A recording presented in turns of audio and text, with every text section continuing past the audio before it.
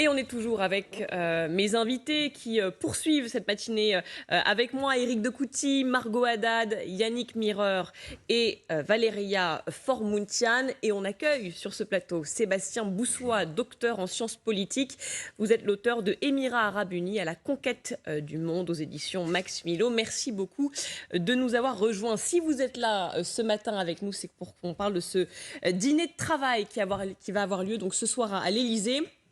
Le prince héritier saoudien Mohamed Ben Salman va donc dîner ce soir avec Emmanuel Macron. C'est une première visite en Europe même, depuis l'assassinat du journaliste saoudien Jamal Khashoggi. J'aimerais qu'on fasse un point là-dessus parce que c'est évidemment l'actu, que c'est à cause de ça que tout le monde en parle. La discussion se portera sur l'énergie, mais est-ce qu'on peut refaire un point sur l'histoire, l'affaire Jamal Khashoggi et pourquoi cette venue du prince saoudien est si délicate donc, dans ce contexte? Alors, bon, déjà, c'est la semaine pour Emmanuel Macron. On a eu Mohamed Ben Zayed, le prince héritier émirati, il y a 10 jours.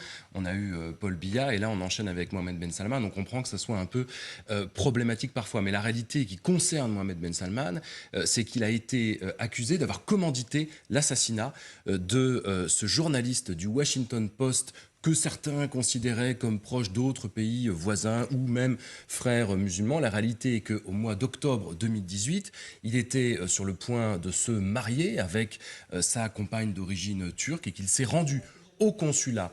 Il s'est rendu au consulat, consulat donc saoudien à Istanbul et il n'en est jamais ressorti. Je pense que tout le monde se souvient des images assez terrifiantes. Ça avait choqué le monde entier. Ça avait choqué le monde, bien évidemment, parce que ce sont des pratiques qui peuvent paraître évidemment d'un autre âge. Et surtout, on avait du mal à imaginer que le dirigeant saoudien, dont Khashoggi était la bête noire, puisse avoir, lui, commandité ça de manière aussi grossière et aussi vulgaire. La réalité, c'est que elle est celle-là. C'est les services secrets, notamment américains, sont quasiment sur aujourd'hui que le commanditaire est Mohamed Ben Salman et que cette affaire a été organisée par un certain nombre de sbires proches de Mohamed Ben Salman. Et ça, pour le coup, on avait des images qui ont circulé également en boucle. Alors, intéressant de voir quand même, parce que Joe Biden aussi a rencontré Mohamed Ben Salman, toujours à propos notamment de l'énergie. On le voit là, Jamal Khashoggi, ce journaliste assassiné.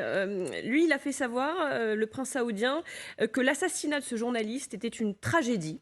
Il a assuré que les responsables avaient fait l'objet d'une enquête. Ils avaient été confrontés à la justice et payés désormais pour le crime.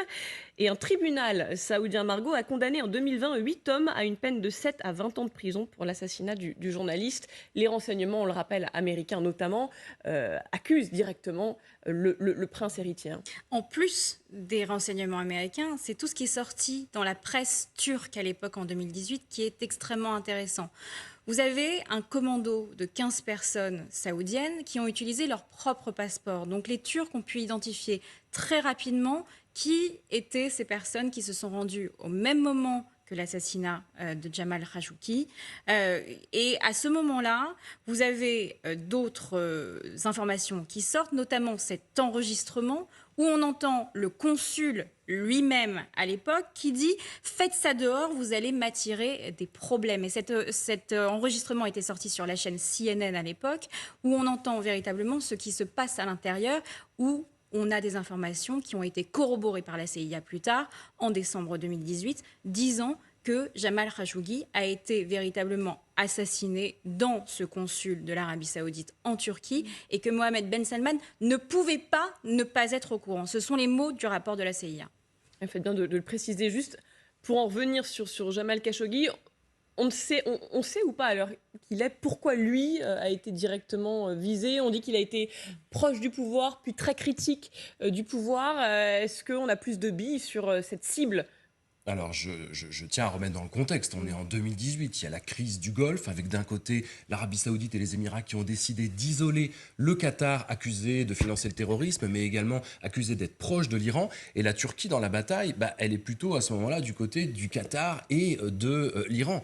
Et dans cette situation-là, on a un Jamal Khashoggi qui promet de faire de grandes révélations sur le pouvoir saoudien. Il y a eu l'histoire, la manière dont Mohamed Ben Salman s'est retrouvé finalement prince héritier héritier au détriment de Mohamed Ben Nayef, qui était quand même l'homme des Américains, qui aurait quelque part arrangé tout le monde. Et on se retrouve avec quelqu'un qu'on a accusé de tous les maux. Et puis il avait évidemment cette vitrine du Washington Post. Il était extrêmement connu dans le monde arabe et en Occident. Et il était effectivement un des ennemis numéro un de Mohamed Ben Salman, qui était dans sa crise de légitimité encore pour pouvoir arriver au pouvoir tranquillement. Ce qui est intéressant, c'est qu'aussi Jamal Khashoggi est un royaliste. Ce n'est pas quelqu'un qui est contre le pouvoir en Arabie Saoudite, il est contre Mohamed Ben Salman. Et ces interventions qui ont le plus dérangé, c'est notamment celle du Washington Post, mais encore plus sur la chaîne Al Jazeera English, sur 2 programmes qui étaient extrêmement importants et qui ont été énormément visionnés dans le monde arabe, mais aussi à Washington, qui sont Inside Story et Upfront, qui sont des émissions de débat où là, véritablement, Jamal Khashoggi a eu des propos virulents sur Mohamed Ben Salman.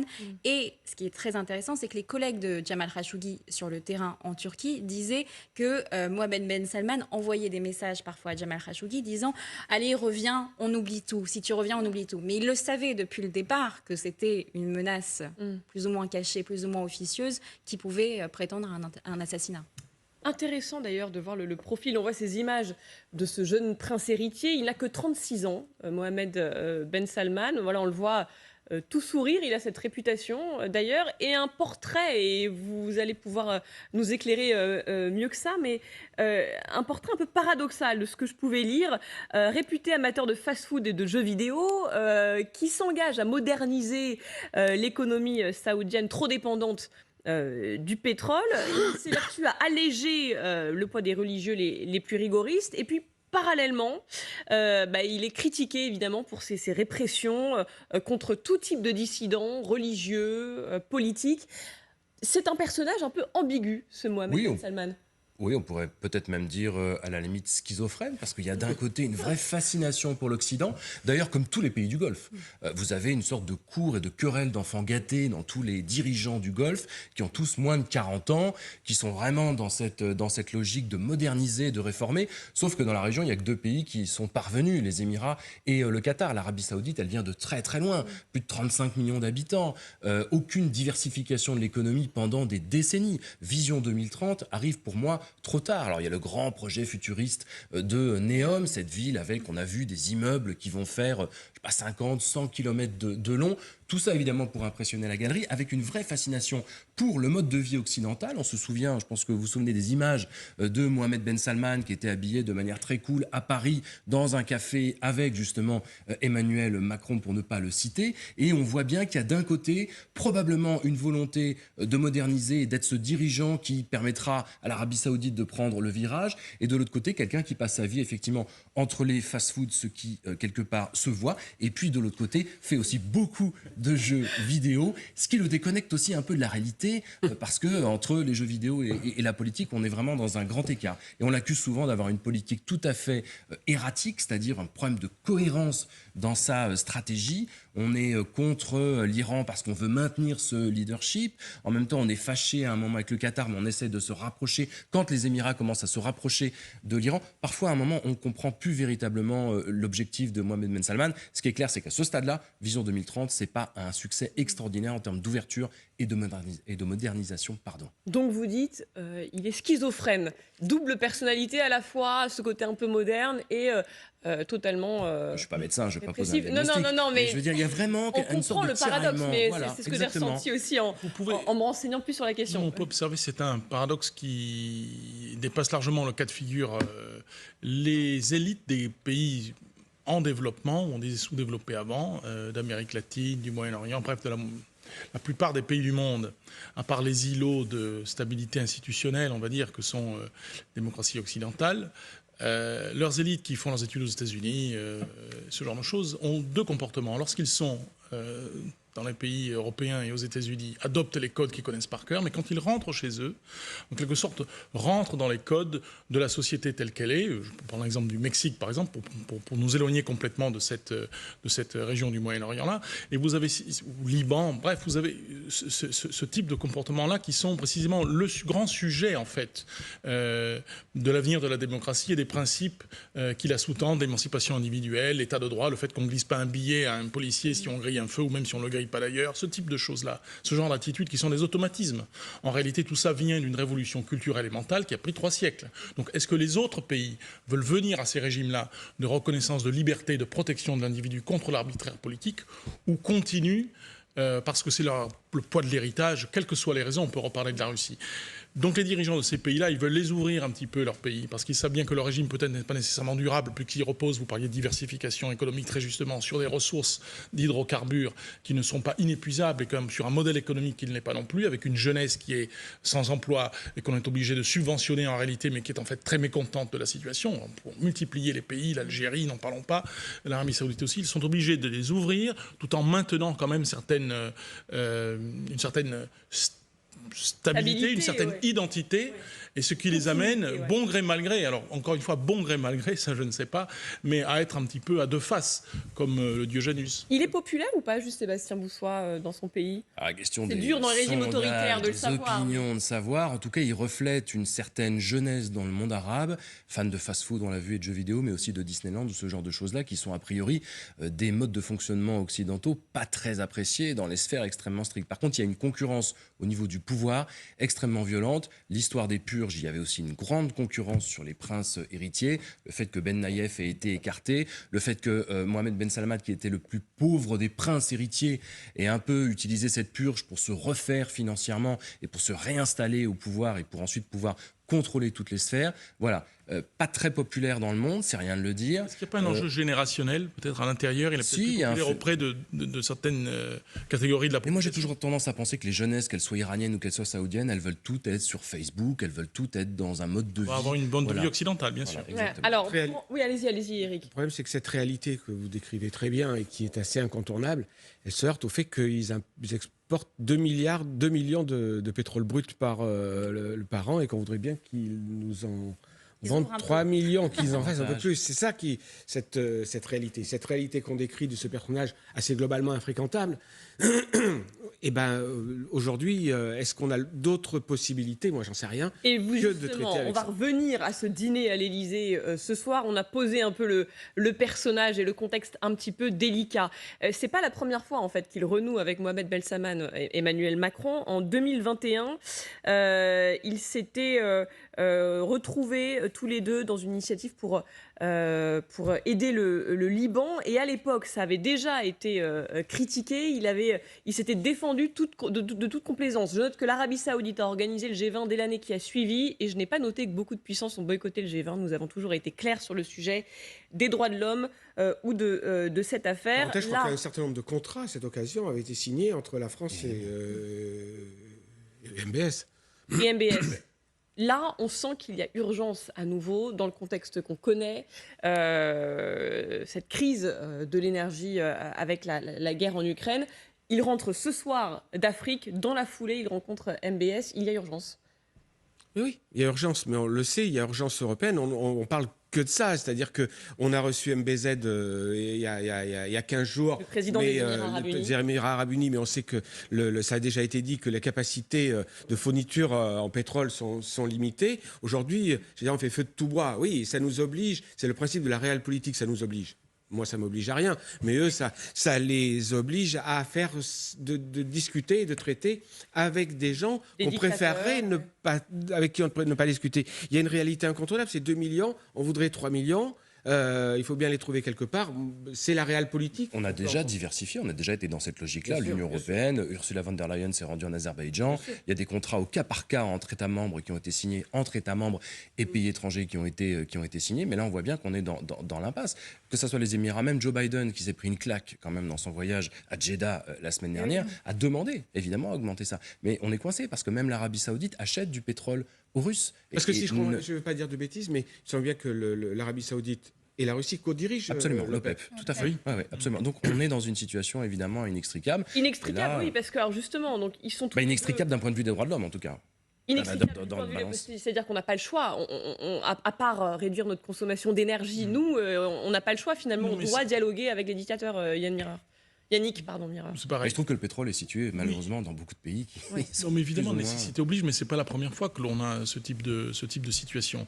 Il y a des rapprochements et puis des écartements dans les relations avec certains pays. C'était le cas de la Russie, hein, je veux dire, si vous revenez... L'Allemagne et loin, la Russie, c'est ça. L'Allemagne et la Russie, non, mais nous-mêmes les Occidentaux, l'histoire d'amour, entre guillemets, entre à une époque, dans les années 90, entre les États-Unis et la Russie, en pleine processus de décongélation soviétique, etc. Ça va, ça vient. On se rapproche, on s'éloigne en fonction des nécessités et puis des circonstances. L'assassinat au consulat turc a obligé tout le monde à prendre ses distances. Même la Turquie. On savait bien qu'à terme, y compris d'ailleurs, évidemment, d'ailleurs, ça a été Pour des raisons économiques. très intense avec la confrontation entre la Turquie et pour commettre ce type d'acte sur votre propre sol. Donc évidemment, Ils ont tout oublié. ça a mis M. Erdogan dans une position, le gouvernement turc, une position très délicate. Et puis ensuite, on se rapproche. Nous, c'est pareil, on peut prévoir que dans quelques temps, et ça arrive donc aujourd'hui, on se reparle. Mais comme vous disiez infréquentable, ou comme vous disiez vous-même, vous aviez raison tout à l'heure de le dire, qu'on regarde, nous les Occidentaux, la situation russe et ukrainienne avec nos yeux européens, et que le reste du monde le voit différemment. Encore une fois, c'est une grille, ça dépend de la grille de lecture. Il n'est pas infréquentable, il est saoudien. On va lui reprocher d'être ce qu'il est, au fond. Et ça s'applique à tout le monde, y compris à la Russie, à M. Poutine, depuis le départ, depuis sa première élection en 2000. Il est ce qu'il a été, c'est-à-dire un agent du KGB formé, grandi, complètement formaté par un régime et une culture politique russe particulière. Quand on regarde aujourd'hui la lecture qui est refaite, la relecture des années Merkel, par exemple, c'est que là, il y avait une logique, par exemple, chez Merkel, de dire on va faire du commerce avec les Russes parce qu'avec cette idée que ça va les normaliser et ils vont se démocratiser, pour faire court. C'est un peu ce qui est... On s'est trompé. Même chose avec la Chine, d'ailleurs. Pareil. Là, je pense qu'il ne faut pas être cynique. C'est une évidence que notre intérêt, il est d'obtenir des moyens de passer l'hiver, si je puis dire. Oui. On ne changera pas ces régimes-là. On ne changera pas ce régime. Si l'idée de changer, comme Merkel pouvait avoir, de changer le régime russe, Celle-là, est une illusion, je pense on qu'il faut l'abandonne abandonner cette complètement, idée-là. et je crois d'ailleurs que c'est pas du tout l'intention d'Emmanuel Macron. C'est une forme d'impérialisme de la part de l'Occident que de vouloir changer des régimes totalitaires, autoritaires ou autres. Donc du coup, ça a été abandonné depuis longue date. En tout cas, on l'espère que l'Occident n'ait plus la volonté de réformer tout le monde et d'apprendre la démocratie. Pourtant, mais l'économie... Mais du coup, Mais espérer que l'économie transforme un régime, ça, c'est Absolument pas de pas. l'intérieur. on est obligé de faire effectivement avec les mœurs des dirigeants. Et puis entre les pires, il faut choisir le moins pire. Et dans notre population, on doit lui rendre des comptes aussi, et sur les droits de l'homme à la fois, et sur le chauffage en hiver. Mais c'est Et la là- peste et le choléra, pour le coup. Entre l'Arabie Oui. Saoudite et la Russie, en l'état, on sait qu'on a 153 milliards à compenser de mètres cubes de gaz, que l'Arabie Saoudite, par exemple, chaque année peut produire 115 milliards de mètres cubes. Donc si on arrivait évidemment à avoir une partie de ça, le problème c'est que évidemment ça part dans plein d'autres pays également, Oui. c'est pas les autres accords qu'on a qui sont Sauf par... que, alors pour en revenir justement à ce qu'il pourrait potentiellement obtenir Emmanuel Macron, vous l'aviez évoqué, MBS, il le dit, il est pris dans ses engagements avec l'OPEP. Il ne veut pas en plus vexer, entre guillemets, Poutine, membre aussi de l'OPEP. Après le rendez-vous avec MBZ, le président des Émirats Arabes Unis, il y avait eu un accord de partenariat stratégique global sur la coopération énergétique. C'était ce qu'ils avaient réussi à obtenir. Biden, avec MBS, n'a rien obtenu du tout. Est-ce qu'il peut repartir sans nous avoir rien donné, là Tout dépend si c'est un Yes. accord bilatéral, comme l'Europe cherche à le faire pour son propre intérêt. Je pense qu'Emmanuel Macron, et c'est ce qu'il essaye de faire d'ailleurs depuis le début de son premier mandat, c'est de positionner la France et que la France puisse peser, quand il le faisait avec Trump, quand il le faisait avec Vladimir Poutine, quand il l'avait invité. Il a toujours essayé de se situer à niveau. Là, on est sur un président américain relativement faible, qui n'est parvenu à pas grand-chose, et qui avait commencé son mandat en disant en gros qu'il ne dealerait plus avec MBS parce que c'était un paria, et qu'il reviendrait dans une sorte de relation et de discussion. C'était un peu le club du troisième âge entre Joe Biden et de l'autre côté le roi Salman, pardon. Et donc là, ce que Macron peut obtenir, c'est un accord énergétique probablement bilatéral. De là à imaginer qu'il va obtenir d'ouvrir les vannes pour la terre entière, etc. C'est pas de l'intérêt d'MBS en plus, parce que ça fera chuter le prix. Donc c'est vraiment très compliqué cette histoire. MBS, il est avec une grosse délégation économique aujourd'hui, donc il attend aussi peut-être des offres de la part de la France sur des investissements et autres. En Donc, il y a retour, peut-être Armement. D'un et mot, compagnie. Margot, vous avez quelques secondes. Non, justement, Sébastien mentionnait tout à l'heure le projet NEOM, et c'est peut-être le petit moyen de pression lors de ce rendez-vous, parce que MBS recherche des financements étrangers pour cette ville utopique où il y aura une diversification des énergies, notamment avec de l'hydrogène vert. Ce qui est assez amusant, c'est qu'on cherche à se défaire du pétrole et que peut-être on ira rechercher de l'hydrogène auprès de l'Arabie Saoudite. Donc on verra ce que ça.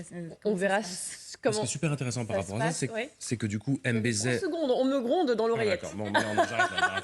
Si, en 3 secondes. Non, c'est juste qu'effectivement, MBS cherche aussi à faire venir des investisseurs. Et la grande différence avec les Émirats, c'est que tout le monde veut aller investir aux Émirats. Personne n'a envie de se Personne casser la n'a tête envie avec l'Arabie Saoudite. C'est toute la difficulté pour MBS. Jeddah, c'est Donc, moi, c'est dîner ce soir entre MBS et Emmanuel Macron, dîner délicat dans le contexte qu'on vient d'évoquer. Vous restez avec nous, on marque une très courte pause, on se retrouve juste après. On parlera de la situation sur le terrain, les ports à Odessa notamment qui se préparent à exporter les céréales un petit peu comme si de rien n'était alors que les bombardements se poursuivent. On en parle dans un instant, à tout de suite.